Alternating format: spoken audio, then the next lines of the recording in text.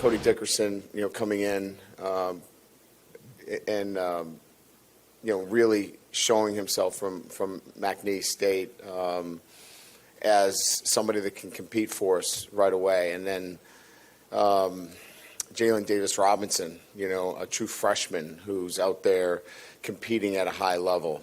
And then, Seven Banks is now, cleared for 7-on-7, and we see what his ability is. We didn't have Jarek, Bernard Converse in the spring. Now he's out there.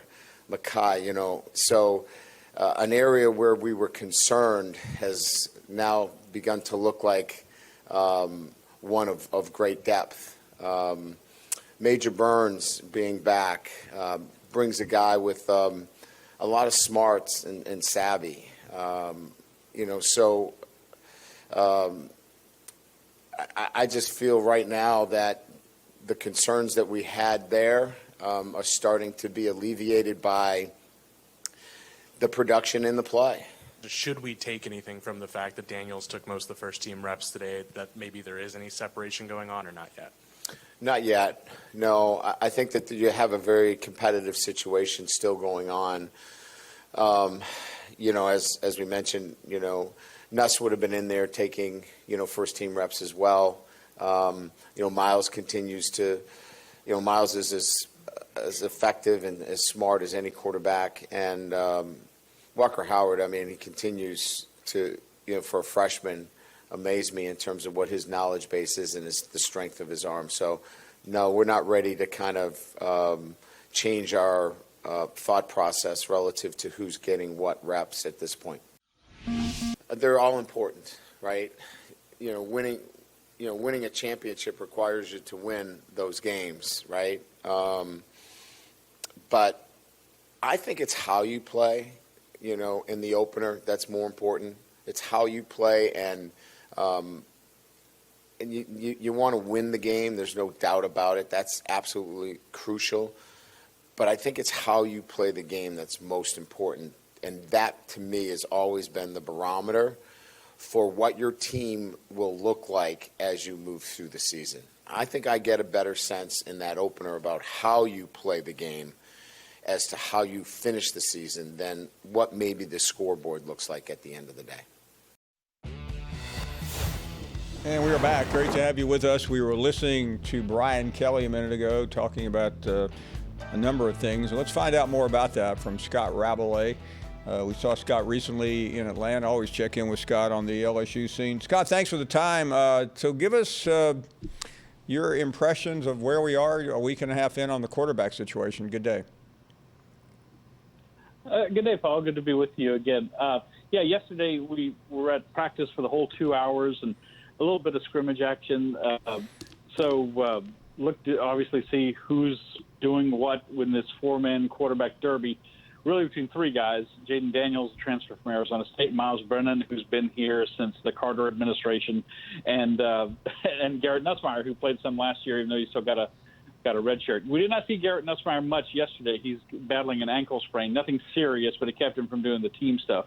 But what we saw in the team stuff was Jayden Daniels take the lion's share of the snaps, and Miles Brennan not get with the ones until just the last few plays. And so it was a little bit startling to see the disparity there.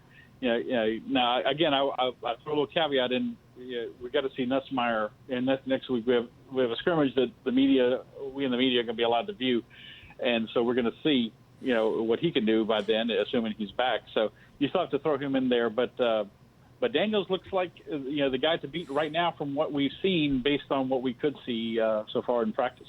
Scott, not to divert, but I'm interested in something you just said, and we talk to reporters all the time, and we were talking to a few grumbling Alabama reporters the other day about not getting to see anything. Is this a shift in policy, or has LSU always been pretty open when it comes to seeing practice? It's definitely been a shift in policy. I've been racking my brain to try to remember the last time I was at an entire LSU football practice, and it's probably when Jerry DiNardo was the coach back in the 90s. With Orgeron, we got the first few minutes. A lot of practice, like you go out every day, and we don't go every day to LSU. But seeing a full practice, we've gotten to talk to his coordinators. We had Mike Denbrock, the offensive coordinator, early this week, and we're going to get Matt House, the defensive coordinator, even the special teams guy, Brian Polian.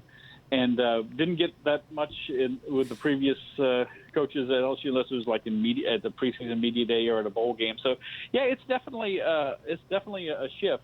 And now, we have not been told what we can get to like in the season, but I've been happy with it. I don't really relish being the columnist. I don't relish having to go out there every single day to watch practice, but selected spots, and then we get to see some scrimmages.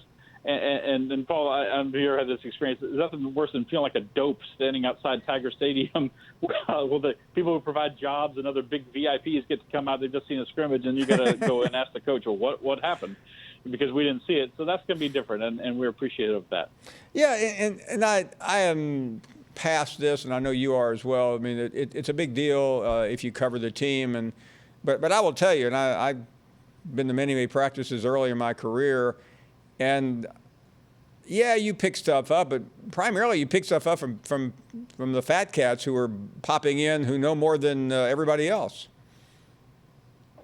That's true, and we've seen some of that. And we heard from the former player who's got a radio show here in town, and he got to stay for a practice where they allow some former players to stay. And he was also saying Jayden Daniels was taking most of the snaps, and I think he probably got a little bit of hot water for that one. But it kind of follows along with what we've been saying. Like, what makes him the best candidate is that they want to run some read options. They want to be able to roll out the quarterbacks, and he's got the most mobility. Thank you for watching ESPN on YouTube. For live streaming sports and premium content, subscribe to ESPN+.